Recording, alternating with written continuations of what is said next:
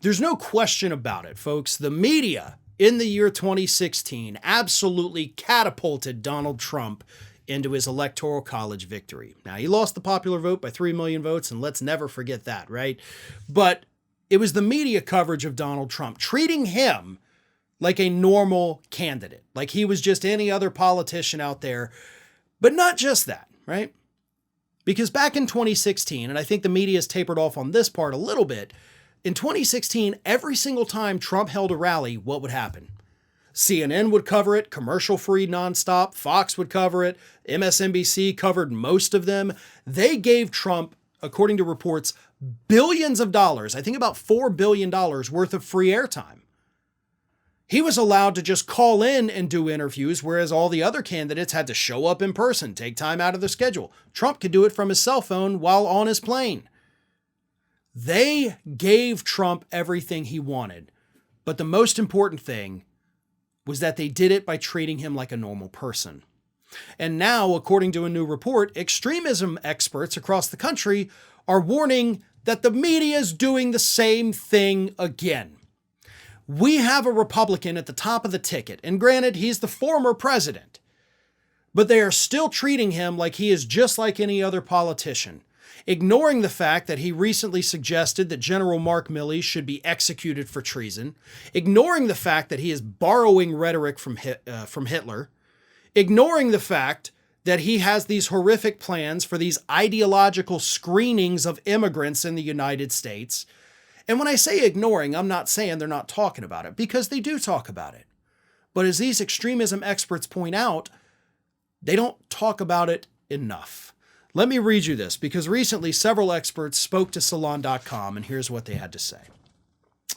If we don't call out the rhetoric as extreme, we risk making it normal and acceptable. That's according to Libby Hemphill, a professor at the University of Michigan School of Information and the Institute for Social Research.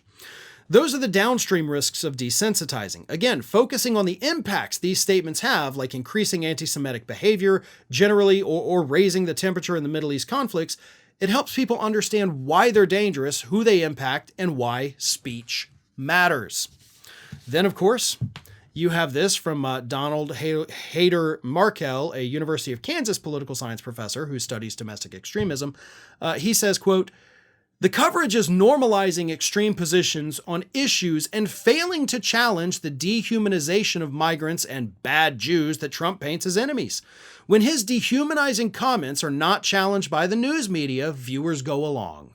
If the dehumanization sticks, it makes the support of political violence against enemies more likely." Media Matters, of course, has also been compiling information showing that when Trump makes these extreme comments, when you add up all the coverage together, usually it's 2 hours worth of coverage. So he can call for the execution of one of his former military advisors, General Mark Milley. He can refer to everybody on the left as vermin and, it'll make headlines. They'll be talking about it. But they'll do, 4 or 5 minutes here, 4 or 5 minutes there. Some shows won't talk about it at all, and then they move on. And while they're talking about that, according to Media Matters, he'll say other extreme things that then slip onto the radar. So we're not even able to call out all of his extremism, which only helps to normalize it. And listen, we can't sit here and be on the air 24 hours a day. I don't have the voice for that. And that's what it would take for us to be able to call out every horrible thing he says. But you know who is on the air 24 hours a day? CNN, MSNBC. Those folks are the ones letting you down.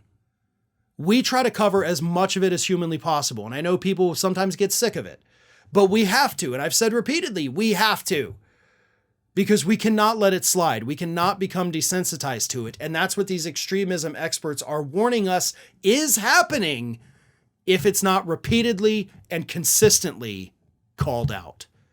The media is once again failing us by treating Donald Trump as if he were a normal candidate, and he's anything but that. Hey everyone, this is Aspen. And did you know that for the low cost of $0 per day, you can subscribe to the Fair and Balanced YouTube channel. We also encourage you to like, comment, and share, but again, click that subscribe button and help Aspen.